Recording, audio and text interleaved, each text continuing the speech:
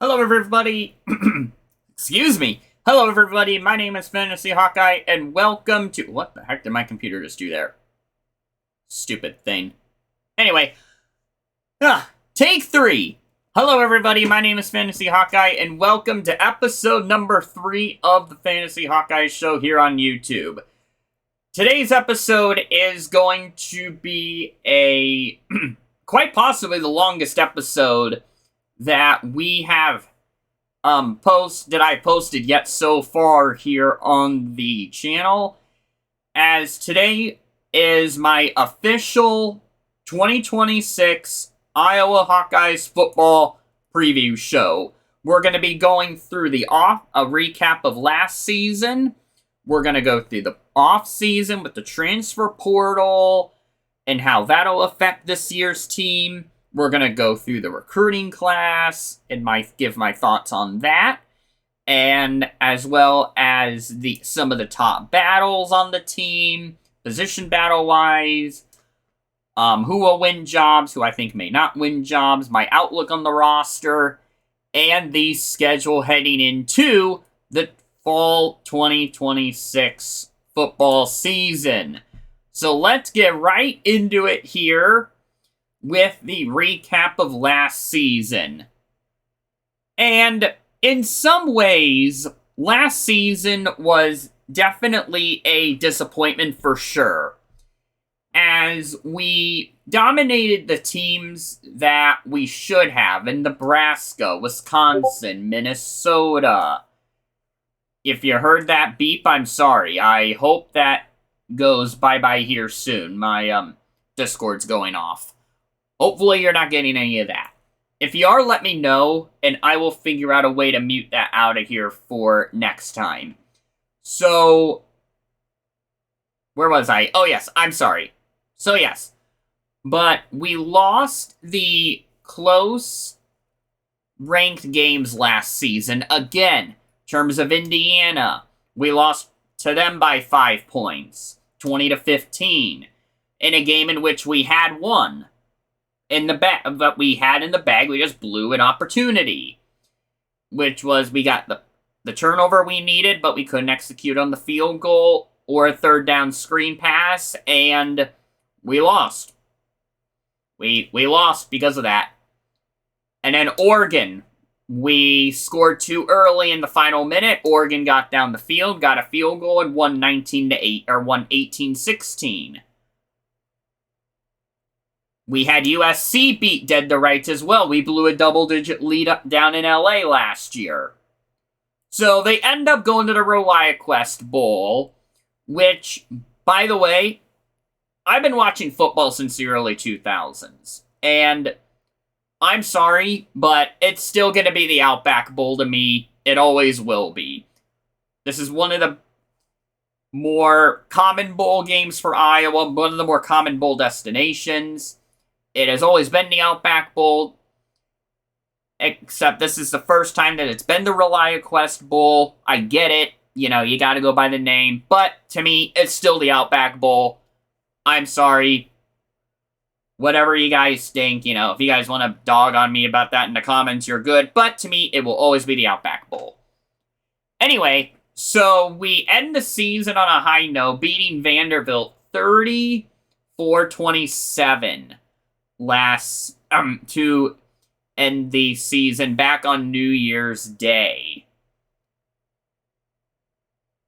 And overall, really good. One of the more high-end, typical good years for Iowa football. One of the, you know, it is what it is. You know, it's something to build off of, though, definitely heading into spring, the off-season, spring football, summer workouts, all that stuff. So let's go into the off-season, as Iowa and Indiana tied for the least amount of transfers out of the program with 8. I'm going to take my headphones off, by the way, here. Hold on.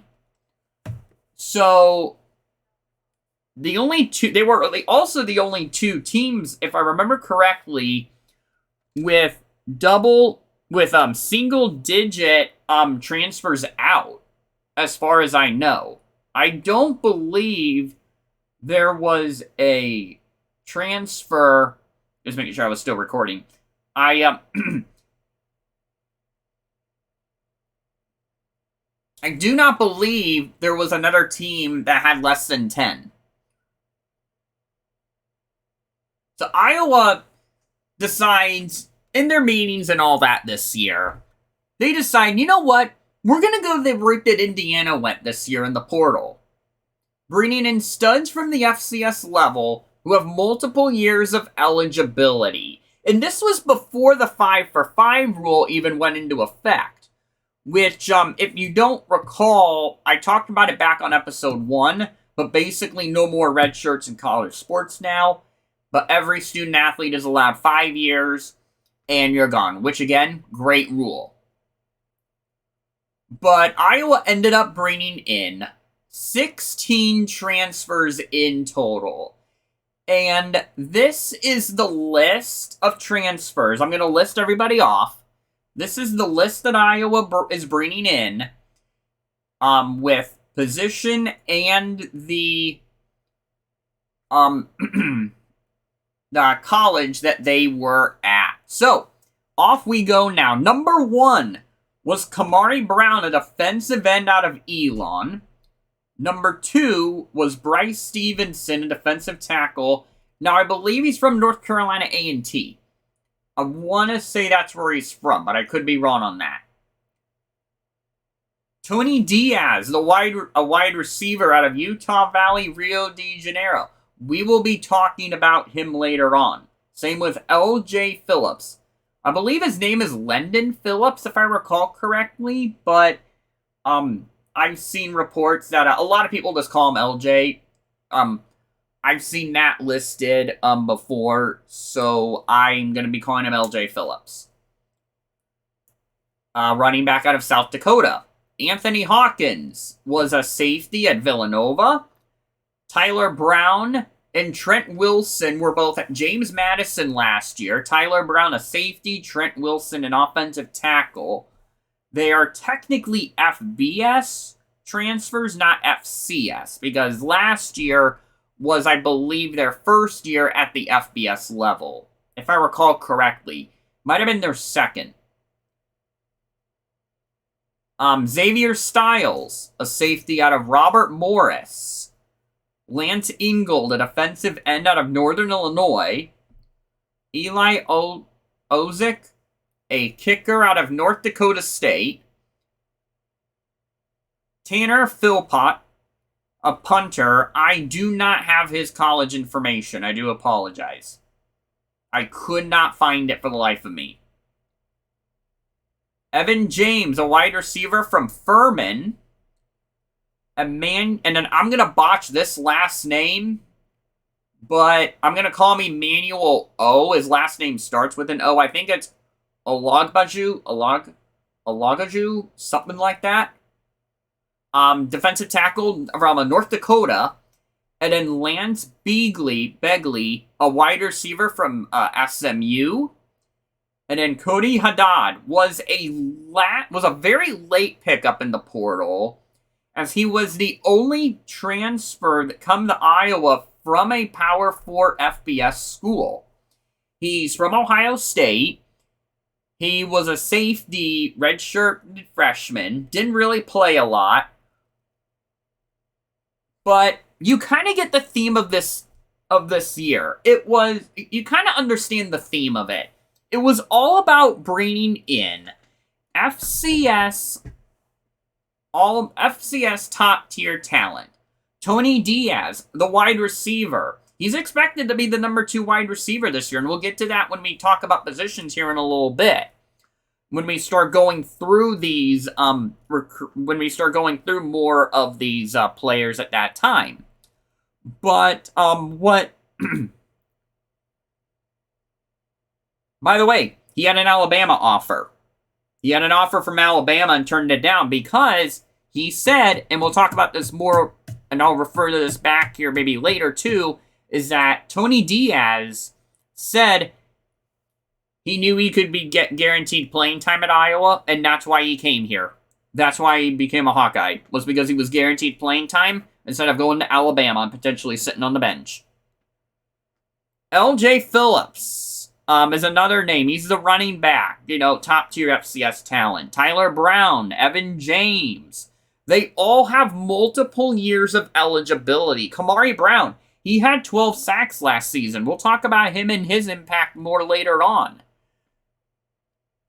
They are all raw talent in terms of... Now, what do I mean by raw? They're all raw because they don't have the Power 4 experience, the consistent Power 4 play experience. They did great at the FCS level, but we gave these guys an opportunity to say, hey, you know what? We'll let you come here and play and develop and potentially give yourself a better shot at making it to the NFL. Give yourself playing time. Give yourself the opportunity to show what you can do to NFL scouts. In a program in which has consistently just put out all sorts of talent at all sorts of different positions at the NFL level over the last 20 years especially. So, this is how Iowa won a national championship. Iowa followed the same blueprint, but they are not obviously national championship caliber. Although we didn't think Indiana was either. But Kirk is a different coach. It's a different coaching staff. I mean, it is what it is. I think that, and we'll talk about this more later, but this year, all these guys have a real opportunity to put themselves on the map. This team has an opportunity to put themselves on the map in terms of being maybe a sleeper playoff team this year, or even, higher expectations to actually make the playoff next year. But we'll get to that in a moment here later on. But we'll get to that when we get to that later on here. But this is how Indiana won the title, national championship. They brought in Kirk Cinetti. He brought in all sorts of players that have multiple years of eligibility, rebuilt it from the ground up. Iowa kind of is doing that same thing in their own way. They're going after guys who have multiple years, raw talent, saying, hey, you know what? Come play for us, because we can give you a guaranteed playing opportunity. And I'm really excited to see what all 16 of these guys can do. Cody Haddad, probably not necessarily going to play this year, probably more of a special teams guy this year. But Evan James, I expect him to play. I expect Tony Diaz to play. I expect Trent Wilson to get an opportunity. Eli Ozick will be the kicker. I expect LJ Phillips to be more of the power back this year. Tyler Brown, Anthony Hawkins, I expect both of them to be playing this year. We have a lot. All these guys, Kamari Brown, I expect him to play this year. Bryce Stevenson, I expect him to play this year. We just have a lot of guys that I expect that will be able to come out here and be able to perform at a really high level this season. It's really exciting to see in that regard. Real quick, in terms of the players in which we lost 8. There are really two big ones that we lost. Koan Entringer went to Louisville, and Reese Dakin went to Michigan State with LeVar Woods, as well as Jazz Patterson went there as well to go be coached by Pat Fitzgerald at Michigan State. Still can't believe it that LeVar Woods jumped ship the way he did. Still can't believe it at all. But I trust the coaching staff. I'm really excited to see what the special teams looks like this year, both at kicker and punter, in terms of just the new fresh blood in the program. It'll be really interesting to see. And Kirk is all about special teams, offensive line, and defense. So I do trust that we're going to be okay. We're going to be okay. All right, let's go ahead and talk about the recruiting class. So, I forgot to mention before, the transfer portal class, it was the 77th best, but come on now. 77th best? I mean, I understand they do it based off of, all these players, star players. I get it. I get their ranking system, but I'm like, Is it really the 77th best? I mean, for what we're trying to do here, I don't think so. They were smart. They were freaking smart. And Iowa ends up bringing the 41st best overall recruiting class for 2026. It is a 19-player class. So I don't know what order this is in. But I'm going to list off for you all 19 incoming freshmen and their position. So here we go. Darian Jones, went to Omaha North High School here in Omaha, Nebraska. He is the 107th best recruit nationally, the 11th best corner, and the second best player in the state of Nebraska. Excuse me. Oh, by the way, these are off of 247 Sports. I use them for all my recruiting information, so credit to them on giving me credit goes to them as I read off all these names here. Tradon Bessinger, quarterback, is the 187th best overall recruit, the 12th best quarterback, and the 6th best player in the state of Utah. Marcelo Vitti is coming in as a safety.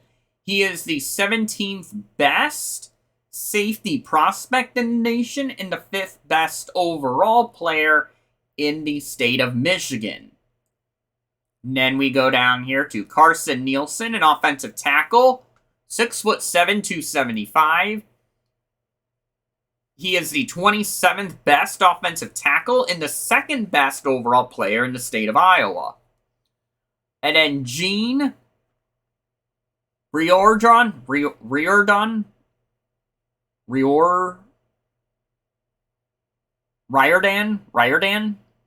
I think. Sorry. He is going to be an offensive guard or center, rated at interior offensive line, technically is how they rate him on here. 6'4", 275, 22nd best interior offensive lineman in the country, 12th best in the state. Oh, by the way, all these players so far are 4-star rated, just so you know. Kason Thomas from Sioux City, Iowa, the 3rd best player in the state of Iowa, rated 4 stars. 25th best linebacker at 6'2", 217. Julian Mason, the 4th best player in the state of Iowa, 6'4", 215. 32nd best linebacker and 4th best player in the state of Iowa. And then Hudson Parliament. The number 1 overall player in the state of South Dakota. He comes in at 6'4", 320, an interior offensive lineman. The 31st best offensive lineman in the country, rated at 3 stars. By the way, I'm pretty sure everybody else on this list is 3 stars. Colin Witters, interior offensive lineman from Iowa City, 6'4", 300 pounds. The 6th best player in the state of Iowa, 38th best interior offensive lineman. Luke Brewer comes from Norwalk, Iowa. He is going to be part of tight end U at 6'4.5", 228 pounds. The 26th best tight end and 7th best player in the state of Iowa. Brody Schaefer, the number 1 player in the state of Wisconsin at wide receiver. 83rd best receiver at 6'1", 184. Owen Linder, an offensive tackle from Minnesota, the 6th best player in the state of Minnesota at 6'5", 280. Billy Wevoda, a linebacker out of Georgia, the 78th best player in the state of Georgia and the 52nd best linebacker at 6'2", 210. Ronnie Hill out of Michigan, 6'1", 183, 69th best safety and the 15th best overall player in the state of Michigan. Jack Janda is up next here, a defensive lineman, 6'6", 245, 52nd best defensive lineman and the 19th best player overall in the state of Michigan. Xavier Stinson. I'm really excited. I've heard a lot about this young man.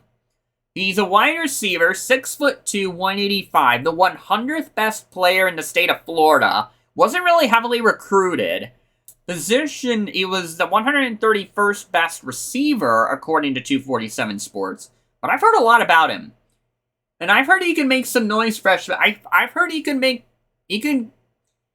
push himself some playing time, which would be really interesting.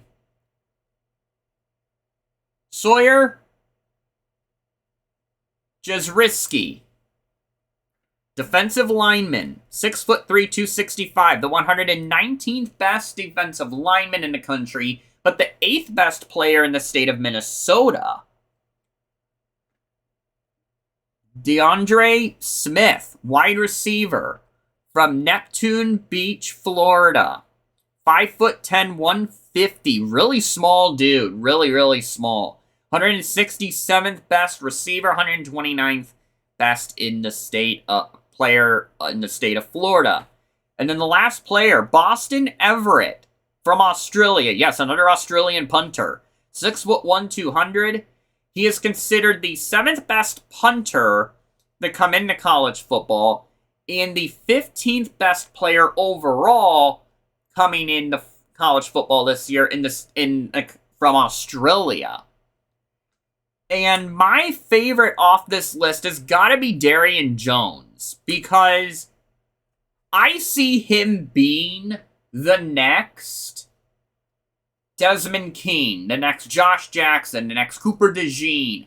I see him being the next great defensive back that comes out of Iowa. Simple as that. He has all the tools to do it. He has all the tools in the playbook. And fun fact for you, I believe he's rated, I believe, at a 78 overall day one on College Football 27, just so you know. College Football 27 likes this dude. They like this dude out down at EA. They like this guy. And I do too. He's going to be a stud. He's going to be a stud. I really like Traydon Bessinger as well from Utah, as he is definitely by far the best quarterback recruit that Tim Lester has been able to bring in so far. Really, really excited about him, seeing what he can bring to the table. But we'll go through each individual position more here in just a little bit. But for us, in order to recruit, we don't offer a lot of kids. We just don't. And I trust what Kirk is trying to do. We won't, and Tyler Barnes, we're not going to go after the flashiest of guys. We just aren't. We're going to go after our former players' kids. We're going to go after players in our pipelines, and we're going to go after the programs that we keep on recruiting from again and again and again. What I mean by programs is high school football teams. We're going to keep recruiting from those same places. And I trust the work that Tyler Barnes and Kirk do. I really do. Because we still print out great talent out on the football field year in and year out. We haven't had a losing season in 14 years, guys. It's been since 2012 since we've had a losing season. That was the last time, too, we didn't even make a bowl game. I mean, think about that for just a second. What this program is now, and how it's been since 1999 under Kirk, what he was able to do, he built this program. He gave this program a Big Ten championship in 3 years. It takes people 4, 5, 6 years to do this as well. Whoops, I hit a button on my computer, sorry. I'm going to look up a quote here also, real quick for you.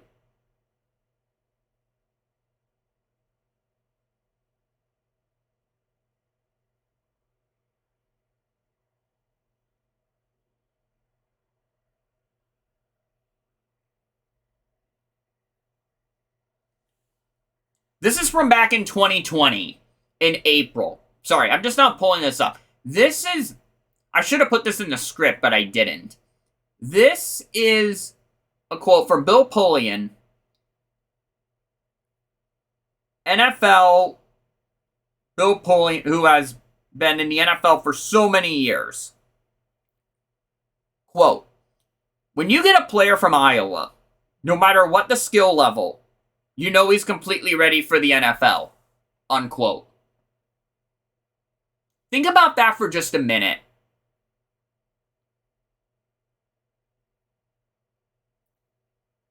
You don't hear people talk about this anymore. You don't hear people say that about any program. Just come out and say something like that. You just don't. And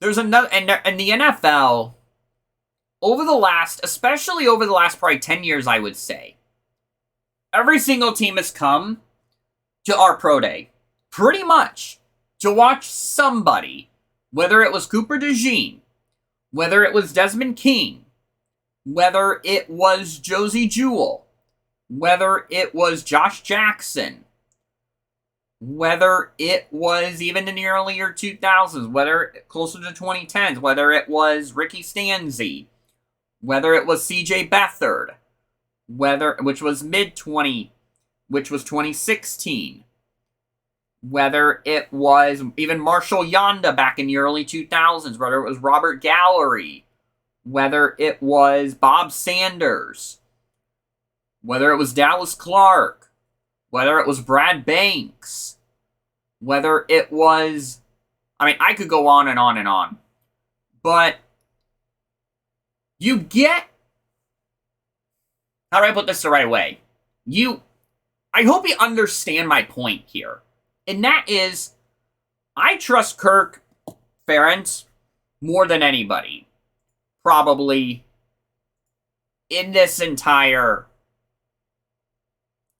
industry, I would say. I trust him more than just about anybody in college football. And we do the same thing. We do the same thing year in and year out. We don't care. We do the same thing. We run the football. We run a very disciplined program.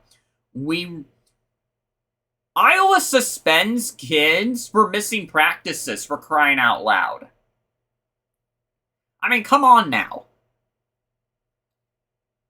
These rules, this is why Kirk has built the program the way he has. We're not going to ever go after the flashiest guys. We're not ever going to go after guys who we think, oh, you know what, he'll jump in the portal, right away, or he'll jump in the portal right away, or... No, we go after guys who we see, psychologically speaking, and say, hey, you know what, this kid's going to stick around, or hey, you know what, I feel like this kid's going to stick around, or hey, you know what, I feel, etc., etc. I feel like this kid's willing to learn and sit on the bench. Those are the types of guys that we go after. And why this program has been so successful, especially over the last 20 years. 25, especially over the last 24 years ago was 2002. Excuse me, I was trying to do the math on that, sorry. That is why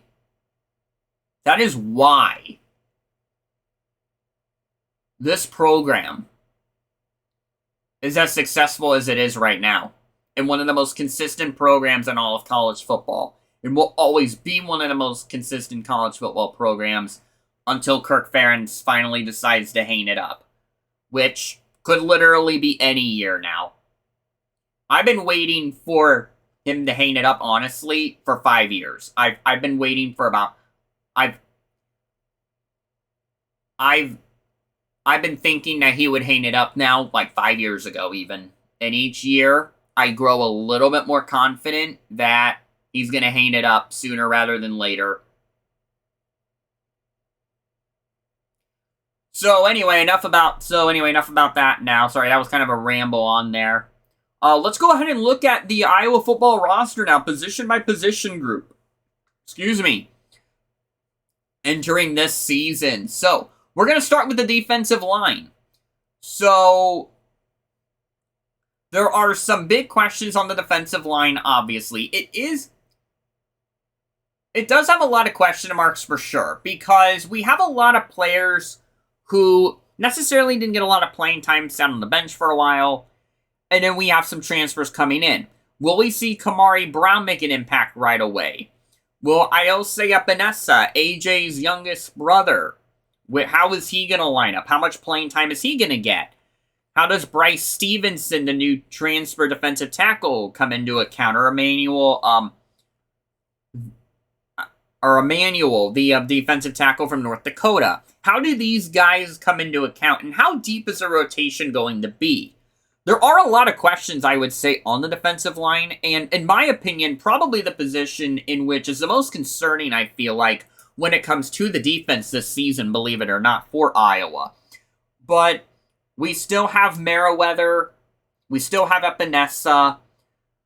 You know, you lose Aaron Graves to the NFL. You know, you lost some really good talent in the NFL on the defensive line. They'll be okay, I think. But Epinesa, I think, is going to have to be the one to make the biggest jump and carry the defensive line and be able to make the defensive line produce this season. I think he's going to be the key. I think Iose Epinesa is going to be the key this season for the defensive line. I feel really good about the linebacker spot.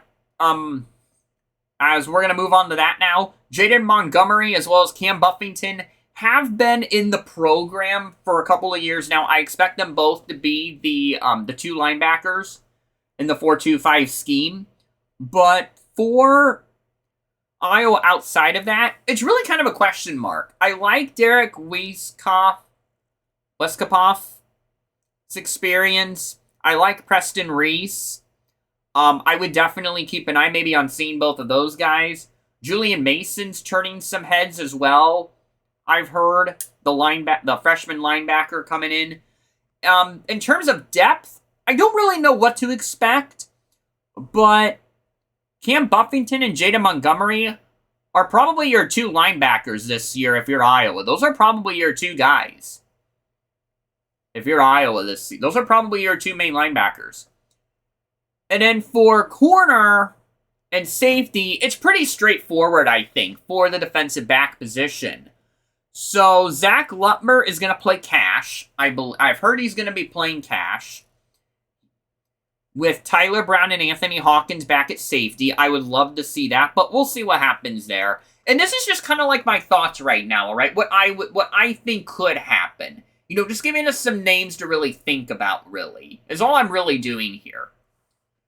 Darian Jones, I'm going to throw his name out there because, again, he's my favorite recruit coming in this season. I think he could absolutely see playing time potentially. I think it's possible. Rashad Godfrey Jr. Now, that's a name that Iowa fans are really excited about, including myself.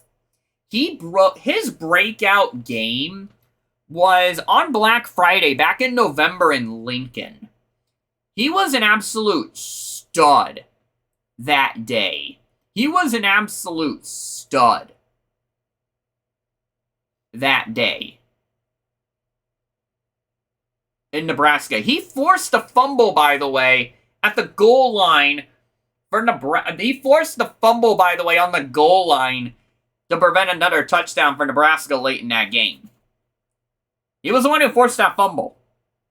He had 9 tackles that game, too. 2 for a loss, I'm pretty sure. This kid's going to be a stud. I'm telling you. Rashad Godfrey Jr. That's a name you need to remember, folks. That's a name you need to remember. And then Deshaun Lee is almost a guaranteed starter unless he gets hurt or so. He's the most experienced corner we got. Jalen Watson's going to get some playing time. He's been around for a couple of years now. Jacob Wallace's name has been thrown around as he's coming in into his second year as well. We've got some dudes that are eager to play, and I'm really excited for the defensive back room.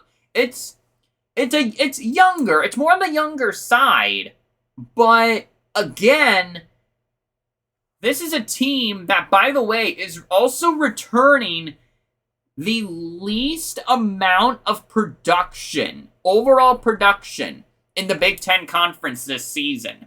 We are only bringing back 44% of our production from last season. Only 44%. That is last in the Big Ten. Out of 18 teams, just so you know. Again, another reason why Kirk went out and brought in all these guys from the portal who have multiple years of eligibility to build another core.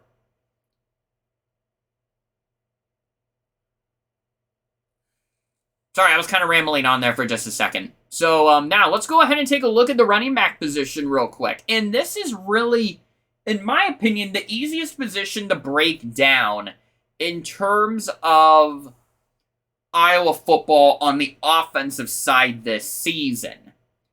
So I'm really just going to list off the three-headed monster, I call it, at running back, or I expect it to be. Kamari Moulton, LJ Phillips, the transfer from South Dakota, and Nate McNeil, who was a sophomore, played quite a bit as a freshman last season, looked really good at times. It's deep, it's got different skill sets. Overall, I feel really, really good about the running back position. But who's going to block for them? Well, we lost 3 offensive linemen to the NFL last season, but we have some really good guys in the program still.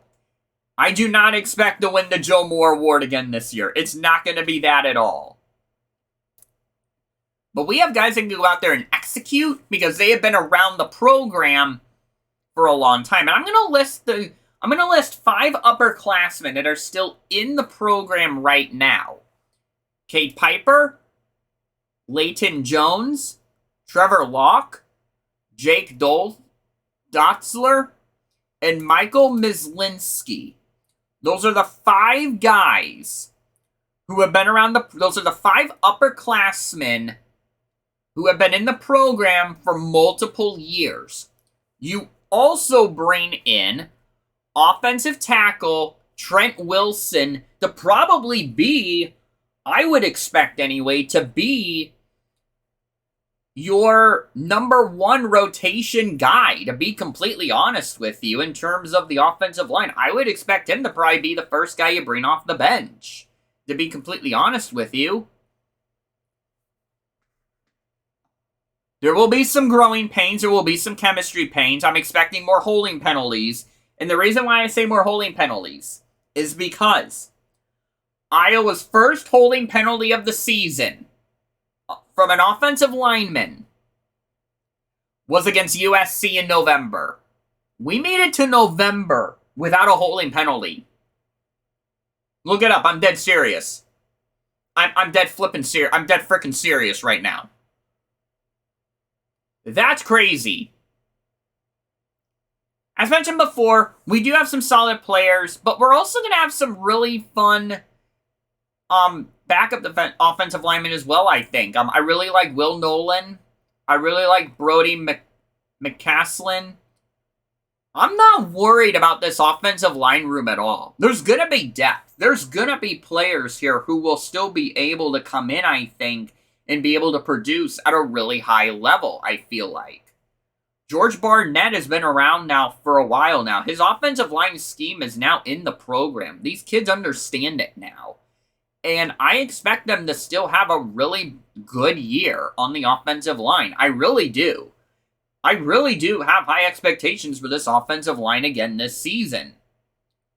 And now we're going to get to the position in which everybody, talks about first when they talk about Hawkeye football, and that is the tight end room. So, DJ Vaname, we're going to start with him here for just a minute. He really broke out last year after Addison Ostranga's torn Achilles. He is back this season, looking good and ready to go. We will hear more from him at Big Ten Media Days. Next Tuesday is Iowa's Big Ten Media Talking Day. Day 1 of 3. And I hope to have some notes from And if I hear anything interesting from that, I'll bring it to you in the next episode. I'll bring it to you in next week's episode. But for now, we're going off of what I know right now and my analysis of this team going forward into the season like I'm doing right now. So, Addison Ostrenga, I expect him to get some good playing time. But who's going to be the third tight end? Michael Burt, who is from Omaha. Thomas Meyer, I've heard a lot of good things about. Zach Ortworth is the most experienced of the three guys that I listed between Thomas, Michael, and himself. So, it's going to be interesting to see who really takes over that third tight end role here for the team this season. But that's really the big question mark, I think, is who is going to be that third tight end for Iowa this season. And now, let's go ahead and take a look now at the wide receiver position. And this is one of the biggest question marks for Iowa football this season. And when I talk about the wide receiver position at Iowa, who else besides Reese Vanderzee is going to get playing time? Well, I think that Tony Diaz and Evan James are going to get a lot of opportunities.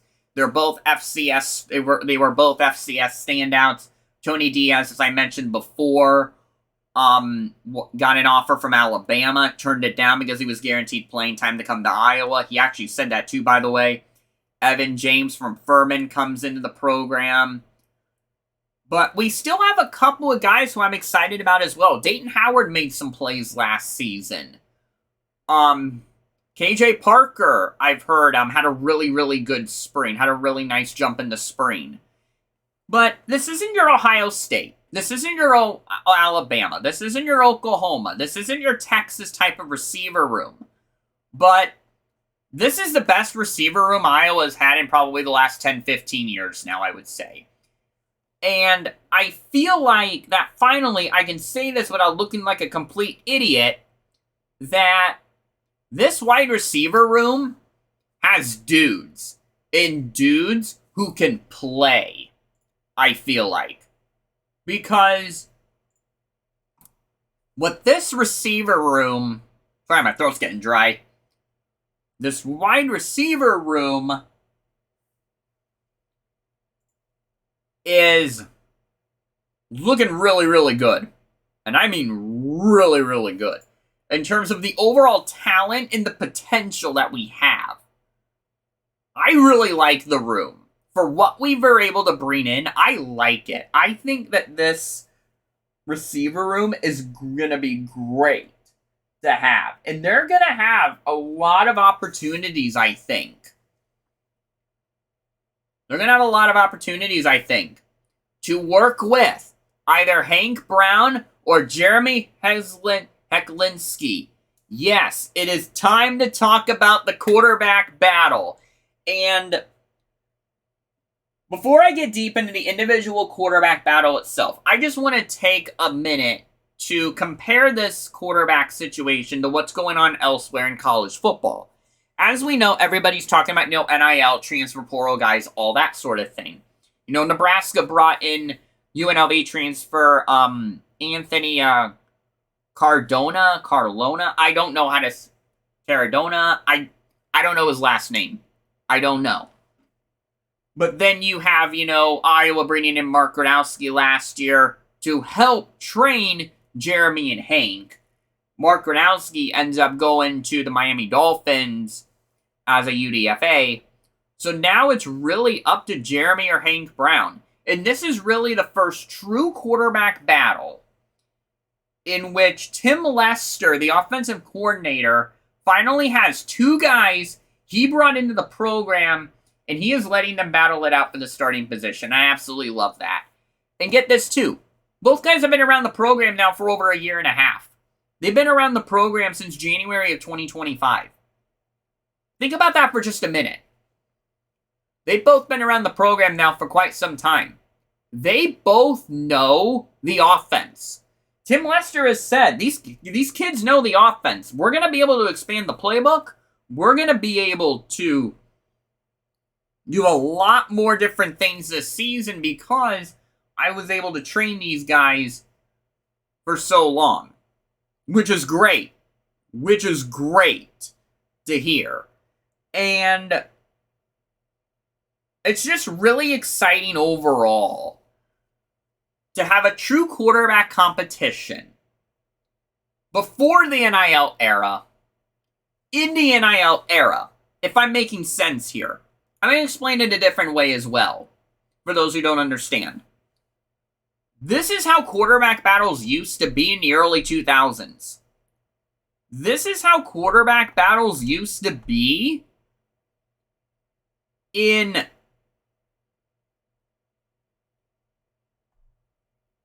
even 2015, 2016, 2017, 2018.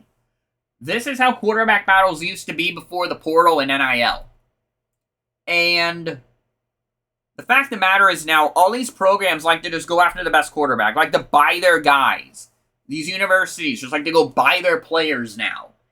And sure, Iowa kind of is forced to do that to a degree, but at the same time, again, going back to the portal, we didn't bring in a quarterback this year. We have guys in this room who are developing, who have been developing. So they decided, we're just going to let these guys develop. We're going to let these guys develop more. We're going to let these guys figure it out. And who wins the quarterback job? Which I really like. I love it that Kirk is giving these kids the opportunity to go out there and say, hey, you know what? I'm going to let you guys battle it out. I'm not bringing in anybody else. I'm going to let you guys battle it out to be my starting quarterback for years to come. And I really like that. I like that a lot. So,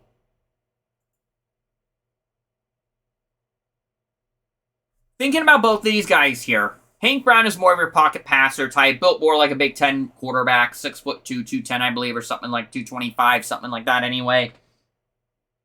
Might even weigh more than that, honestly. Jeremy Hecklinski is a little bit smaller, 6 foot, just a hair under 200 pounds, I believe, right now. But he's more of your agile guy. He can move in the pocket. He can get outside the pocket quickly. More of your dual threat type quarterback. But the question is for Iowa football this season. Who starts at quarterback? Because we gave these kids the opportunity to develop. We gave these kids the tools and the players to build an offense around, to be able to take this offensive passing game to the next level. The running game I expect to be great this season. I expect that to be great this season, but the question is going to be the quarterback spot.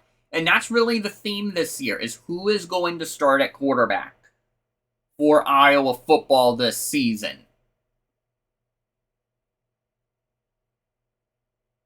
I think that right now, I would give the job to Jeremy Hecklinski myself. By the way, I'm going to keep botching that last name. I should just call him Jeremy for crying out loud. But I'm going to keep trying, guys. I'm going to keep trying. I'm going to keep botching his last name, though. I swear. I will. But I would give it to him because I prefer that dual threat guy. I prefer that guy who can get outside the pocket, in today's college football. I prefer that guy who has a little bit of mobility in his game. So overall, I would say give it to him, but that's just me. That's just me. But both guys, I'm going to let them battle it out. I totally respect, the battle that we are currently in, and I respect the opportunity that these guys were both given overall. So, that is pretty much it as far as I know. Yeah, that's it in my notes for the preview here. I got pretty much everything that I know of right now. Let's go through the schedule. So we start off with Northern Illinois, Iowa State, and Northern Iowa all at home. And then this is where things get really, really interesting. We go to Michigan to start Big Ten play. We play Ohio State at home. And then we turn around and go up to Washington on a Friday. That's not easy. That's 3 ranked games back to back to back, including probably the #1 overall team. in Kinnick. And you've got a new coaching staff in Michigan. And you've got a really good Washington team in Seattle. That's not going to be easy. And then we're off. And then what's really interesting about the schedule is the Big Ten was like, hey, you know what? We'll let you play the Big Ten West. We're gonna let you play the Big Ten West the rest of your schedule. So we play Minnesota, Wisconsin, Northwestern, Purdue, Illinois, and Nebraska the rest of the way. In Big Ten play, that's it.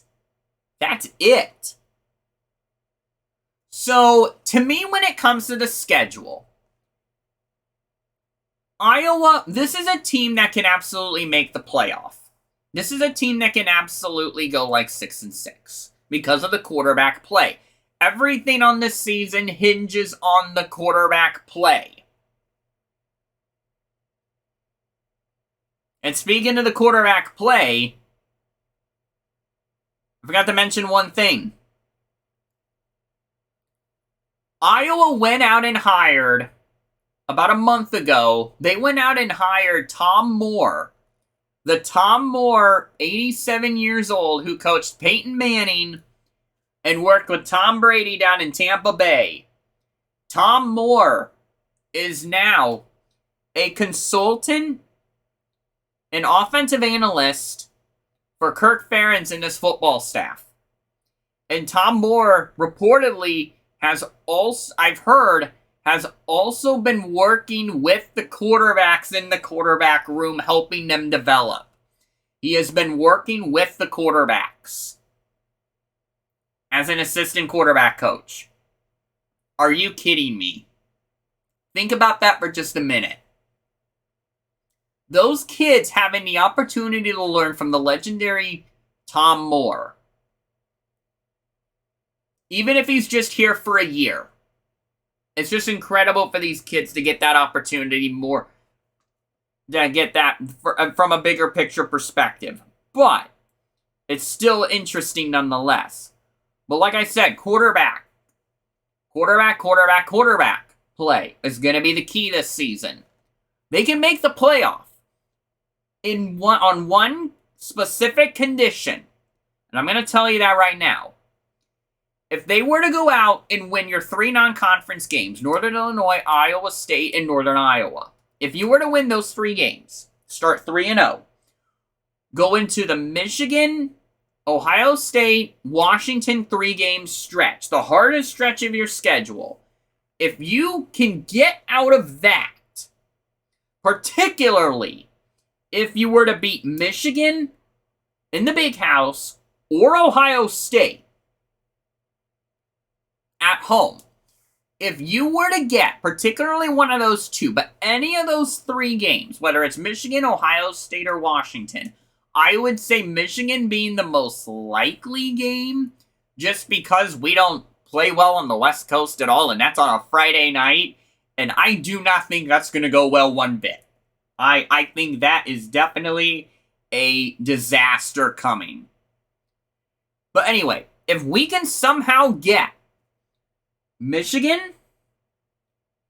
in the Big House, which I think this team is capable of doing because of one man and one man only, and that is Phil Parker in this defense. Same thing comes for Ohio State as well in Kinnick. Same thing for them as well. If you think if Phil Parker can somehow cook up some magic and lead this defense to a win in Ann Arbor, or at home against Ohio State, and win the rest of your game, and go 1-1 there, lose at Washington. I'm going to throw that here in this scenario. But win against Northern Illinois, Iowa State, Northern Iowa, and then you beat Minnesota, Wisconsin, Northwestern, Purdue, Illinois, and Nebraska. If you have a 10-2 record, and that's how it. If you beat either Ohio State or Michigan, lose to Washington, and win the rest of your games, and win the other 9 on your schedule, or 10 on your schedule, 9 or 10,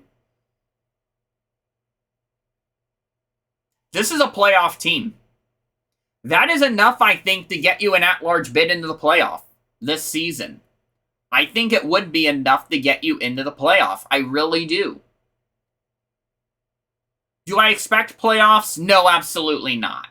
Mainly because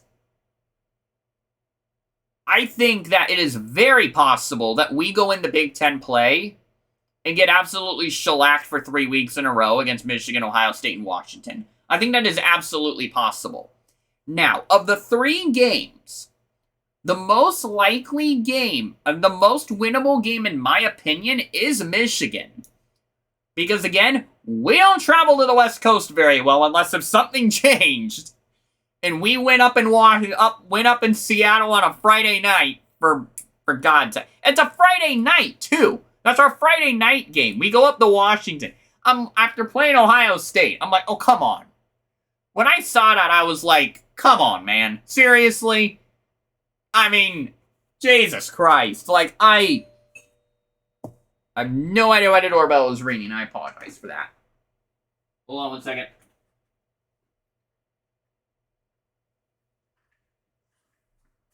Okay, it's T-Mobile. They've been at our door. I'm going to tell you a story. T-Mobile has been trying to sell us internet for months, and we will not do it. And it is absolutely ridiculous. They, hound us. It is ridiculous what happens. It is absolutely insane.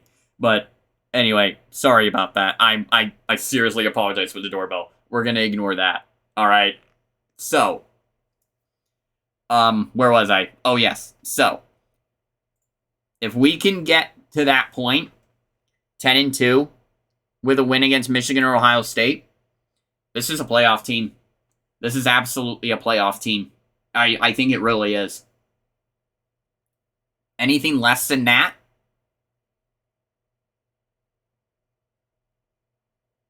I don't think is a playoff team. It probably won't be. It probably won't be. But the schedule is favorable, especially in the first third and the second half. But it's that 3-game stretch, Michigan, Ohio State, and Washington, that will decide this team's fate this season. And will decide this team's seat, and will be the deciding factor of this team's season. And we'll see what happens. Oh, let me think here. I think that'll just about do it here for today's episode. Thank you, everybody, for today's special Iowa Football 2026 preview show here on YouTube. Just gonna double check, make sure there's no breaking news or anything that I want to bring up. Excuse me, I gotta go get some water, man.